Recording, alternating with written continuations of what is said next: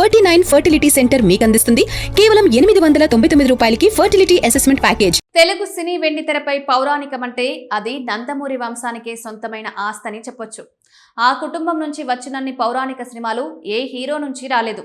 నభూతో న భవిష్యతి అన్నట్లుగా ఆ పాత్రల్లో ప్రాణప్రతిష్ఠ చేసిన నందమూరి తారక రామారావు ఒక ఒరవడిని సృష్టించారు.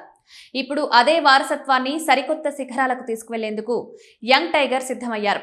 తెలుగువారి గుండెల్లో రాముడన్న కృష్ణుడన్న ముందుగా మెదిలే రూపం ఎన్టీఆర్దే. ఆయన తనయుడిగా నందమూరి బాలకృష్ణ కూడా అదే బాటలో నడిచి శ్రీరామరాజ్యం వంటి అద్భుత కావ్యాలను అందించారు.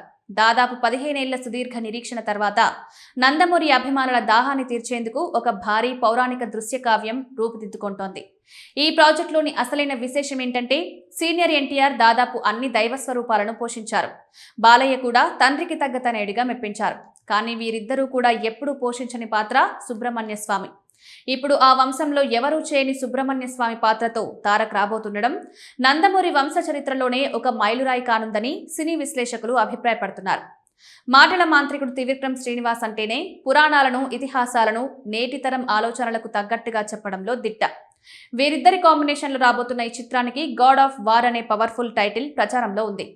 దేవసేనానిగా సుబ్రహ్మణ్య స్వామి శూరపద్మునిగా ఎలా అంతం చేశాడు, తారకాసురుడి సంహారం ఎలా జరిగింది అనే అంశాలను కళ్ళు చెదిరే విఎఫ్ఎక్స్ భారీ బడ్జెట్తో తెరకెక్కించబోతున్నారు.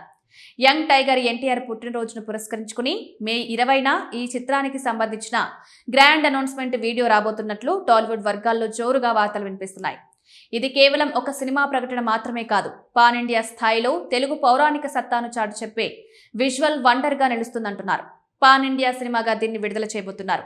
త్రివిక్రమ్ శ్రీనివాస్ కు ఇదే తొలి పాన్ ఇండియా సినిమా అవుతుంది.